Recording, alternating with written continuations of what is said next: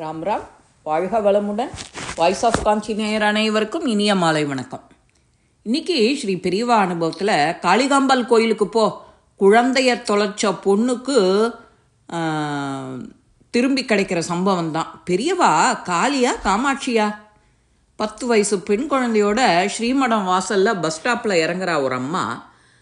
பொண்ணோட கையை பிடிச்சுண்டு சாலையை கடந்து எதிர்புறம் வரும்போது கூட்டம் இல்லாமல் இருக்கணுமே, பெரியவா தரிசனம் நிம்மதியாக கிடைக்கணுமே அப்படிங்கிற கவலை.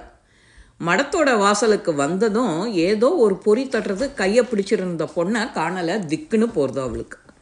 தேடி பார்க்குறா, உள்ளே போய் பெரியவா கிட்ட முறையிடுறா.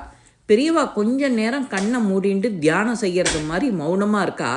காளிகாம்பாள் கோயிலுக்கு ஒரு சீட்டில் பெண் குழந்தைய காணோன்னு கண்டுபிடிச்சி சேர்ப்பிக்கவும்னு எழுது, ₹1 காணிக்கையோட கோயில் உண்டியல்ல போடு அப்படின்னு சொல்கிறா. அந்த அம்மாவோ பதட்டத்தோட காளிகாம்பாள் கோயிலுக்கு போகிறா. காளி காளி காளின்னு மனசுக்குள்ளே ஜெபம் பண்ணிண்டே. ஆச்சரியம் என்ன, கோவில் வாசல்லையே அந்த பெண் குழந்தை தேம்பி தேம்பி அழுத மாதிரி நின்றுட்டுருக்கு. கொஞ்ச நேரம் சமாதானம் பண்ணி எல்லாரும் சமாதானம் பண்ணிட்டுருக்கா. அந்த குழந்தைய விவரத்தை சொல்லி குழந்தைய அழைச்சிட்டு வந்து பெரியவா கிட்ட வந்து சொல்கிறா, நெஞ்சுருக நமஸ்கரிக்கிறா. சீட்டு எழுதி போட்டியா? போட்டேன். அங்கே மூலஸ்தானத்தில் தான் பெரியவா தான் எனக்கு கண்ணில் பட்டா.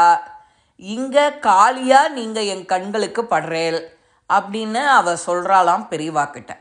அதனால தான் பெரியவா காளியா காமாட்சியா? சர்வ வியாபி இல்லையா? நமக்கு தெரியும் சர்வ வியாபி. நீ என்ன உருவா நினச்சிட்டு பார்க்குறியோ அதுவே உனக்கு. இந்த பதிவு உங்கள் எல்லாருக்குமே பிடிச்சிருக்கோம். லைக் பண்ணுங்க, ஷேர் பண்ணுங்க, பெல் பட்டனை கிளிக் பண்ணுங்க, சப்ஸ்கிரைப் பண்ணுங்க, கமெண்ட்ஸ் பாக்ஸில் கமெண்ட்ஸ் போடுங்க. ஸ்ரீ மகா பெரியவா திருவடிகளே சரணம். நல்லதே நடக்கும். ஆனந்தமாக இருப்போம் நண்பர்களே. வாழ்க வளமுடன்.